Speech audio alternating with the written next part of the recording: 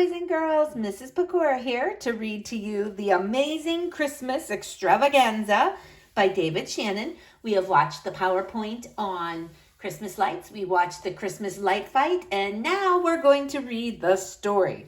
And what I told you before, it's kind of amazing as David Shannon wrote this book about 20 years ago before all these Christmas extravaganza displays were put on. So he was kind of ahead of his time. And I love this story, so I hope you do too. So here we go. The Amazing Christmas Extravaganza by David Shannon. It all started with one little string of tiny white Christmas lights. In the past, Mr. Merriweather had been happy celebrating Christmas with his wife and their children, Matthew and Sarah. Each year, he made a big show of getting the box of ornaments down from the attic. Then the Merriweather family decorated the tree together and hung a wreath on the front door. But this Christmas was different. This year, we're really going to celebrate Christmas, he announced. This year, we're going to put lights on the house. They were all very excited. Mrs. Merriweather clapped her hands and Sarah hopped on one foot. Then Mr. Merriweather hauled his ladder outside and tacked up a small string of white lights around the front window. "That's fine," he said, admiring his handiwork. He left the lights on all night so he could see the glow from his bedroom, and he went to sleep a happy man. "Kind of a shrimpy little string of lights you got there, pal." Mr. Merriweather stopped shoveling and turned to see Mr. Clack, his neighbor, from across the street. "Wait till you see my house," Clack bragged. "I got 17 strings of light, and they blink on and off." Mr. Merriweather was suddenly embarrassed. "Well, I'm not done yet. You wait till I'm finished, then I guess you'll see something." He pulled his hat down over his ears and went back to his shoveling. That afternoon, Mr. Merriweather gathered up his kids and drove the station wagon to 5 big department stores. He bought so many Christmas decorations that he couldn't close the tailgate. He could hardly wait to get home and put them all up. "Can we really afford all that?" Mrs. Merriweather asked when she saw the decorations. "Of course we can, honey," said Mr. Merriweather. "It's Christmas."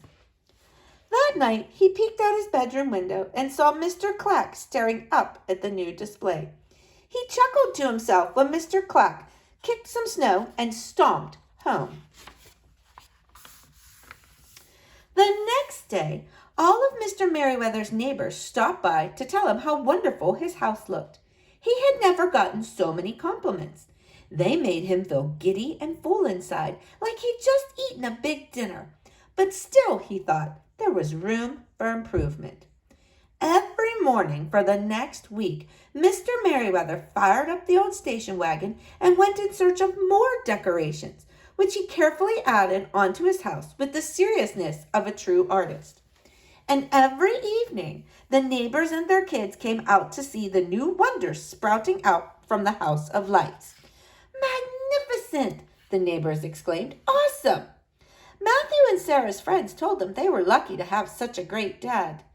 "Yeah," said Matthew, a little puzzled. "He's really something."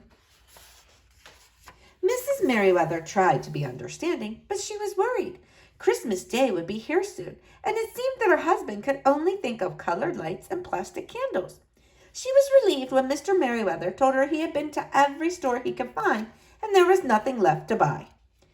Then she heard hammering, banging, and the saw buzzing in the garage. Several days later, Mr. Merriweather unveiled what he had made. "It's truly an extravaganza," the neighbors gasped.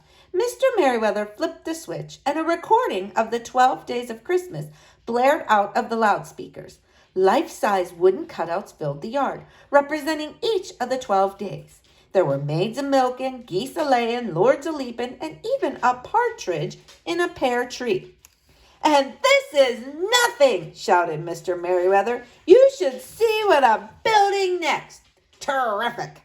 muttered Mr. Clack. "I like celebrating Christmas as much as the next guy, but this is ridiculous." Oh, excuse me, boys and girls. Mr. Merriweather was no longer thinking about Christmas.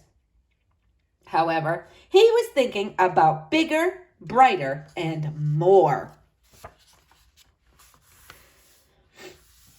The next night, Mr. Merriweather was back at work on his extravaganza. "You'd better come down now, dear," Mrs. Merriweather called up to him. "The children are in the Christmas program tonight." "Sorry, no time," Mr. Merriweather mumbled through a mouthful of nails. "I got too much to do. You go on without me." It was hopeless. Mrs. Merriweather tried to explain to Matthew and Sarah that their father was a very busy man. "I think he's gone a little wacko," said Matthew. "Shh," his mother scolded. "Don't talk about your father that way."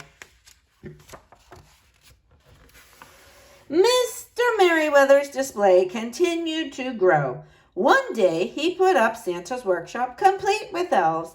The next day he added giant snowmen made of styrofoam. And finally he built a 50-foot Santa with a mechanical arm that waved.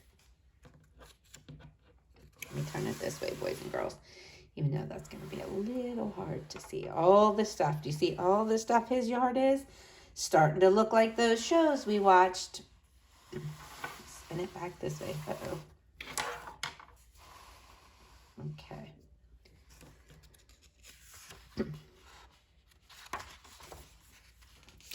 People from 3 counties away brought their children to see the now famous Merriweather front yard. But it wasn't so much fun anymore for the people who lived nearby.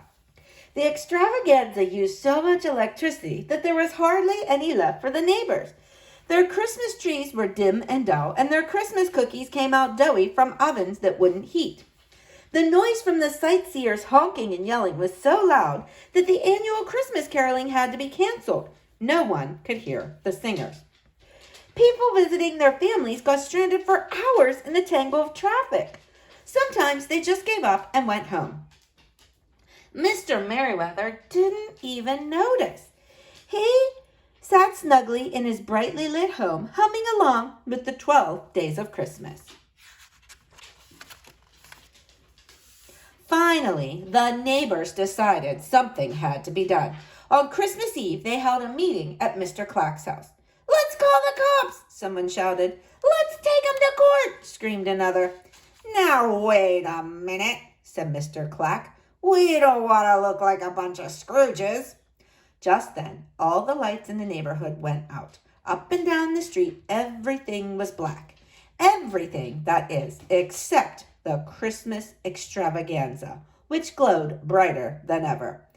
"That's the last straw," roared Mr. Clack. "I don't care what people think. I say we tear it down ourselves tonight." Everyone yelled in agreement. Then they armed themselves with tools of destruction and swarmed over Mr. Merriweather's front yard, slashing and bashing and trashing everything in sight. Mr. Merriweather and his wife woke up in midair. "Oh my, oh no," he wailed. "What is it?" cried the children, running into the room. "I think it's an earthquake," Mr. Merriweather exclaimed. They all dove under the bed and huddled there together, listening to the terrible screeching, cracking, and thumping.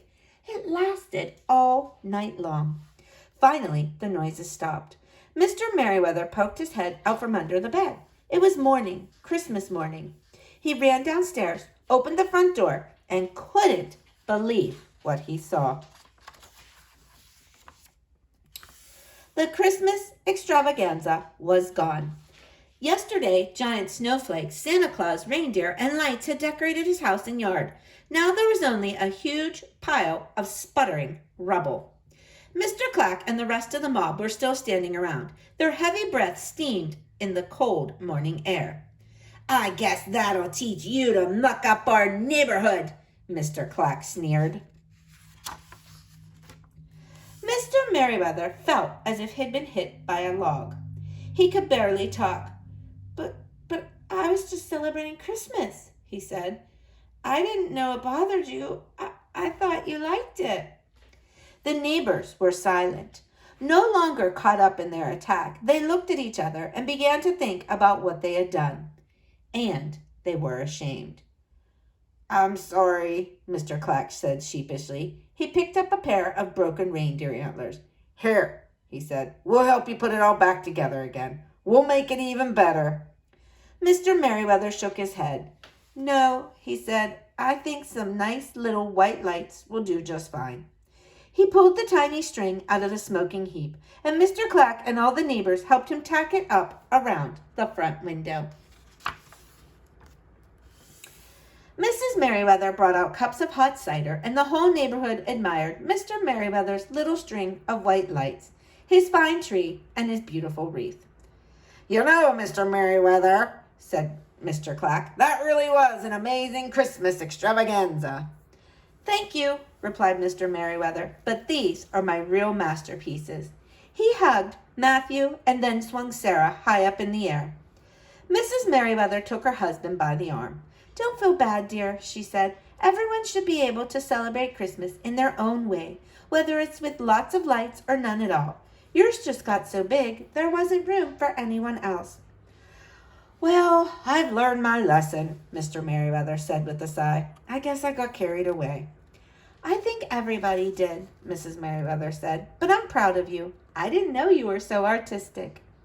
Mr. Merriweather smiled. He gazed at his children, his friends, and his big mound of junk. He noticed that several large pieces of wood were still in good condition. He wondered out loud. How many days till Easter? The end. Well, boys and girls, I hope you enjoyed the book. Have a wonderful day. Bye-bye.